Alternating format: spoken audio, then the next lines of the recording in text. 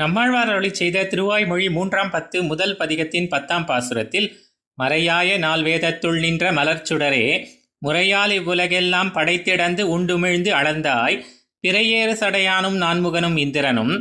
இறையாதல் அறிந்து ஏத்த வீற்றிருத்தல் இது வியப்பே என்று பாடுகிறார். வேதங்களுக்கு புறம்பான நாஸ்திகராக, அதாவது ரஜோதமோ குணம் மிகுந்து உள்ளவர்களுக்கு தனது ஆழ்பொருளை மறைப்பதாகவும், ஆஸ்திகர்களாக அதாவது சத்வகுணம் நிரம்பி உள்ளவர்களுக்கு அதனை வெளிப்படுத்துவதாகவும் உள்ளதான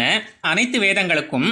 ஆழ்பொருளாக நிற்கும் மலர்ந்த ஜோதி வடிவமானவனே, பிரளயம் கொள்ளும்போது மகாவராக ரூபமெடுத்து பூமியை குத்தி எடுத்து பின்பு உலகங்களையெல்லாம் வயிற்றில் வைத்து காத்து பின் உமிழ்ந்து பின் போகமோட்சம் அற்று சூன்யமாக கிடந்த அனைத்தையும் மீண்டும் படைத்து மகாபலி போல்வோர் அபகரிக்காமல் அளந்து மீட்டெடுத்து இப்படி முறைப்படி பலவிதமான செயல்களை செய்பவனே, ஜடாமுடியுடன் தவம் செய்யும் கோலத்துடன் இருக்கும்போது போகத்தை குறிக்கின்ற பிறைச்சந்திரனை வைத்துக்கொண்ட ருத்ரனும் அந்த ருத்ரனை படைத்தவனாகிய நான்முகனும் இவர்களுடன் சமமாக கருதலாம்படி உள்ள இந்திரனும் இது போன்றவர்கள் நீயே அனைத்திற்கும் சுவாமி என்று உணர்ந்து புகழ்ந்து நிற்கும்படி இருக்கின்றவனே, இப்படி பொம்மை ஒன்றை ஒருவன் செய்து அதற்கு அலங்காரங்களையும் செய்து அதன் தலையில் தன் கால்களை வைத்து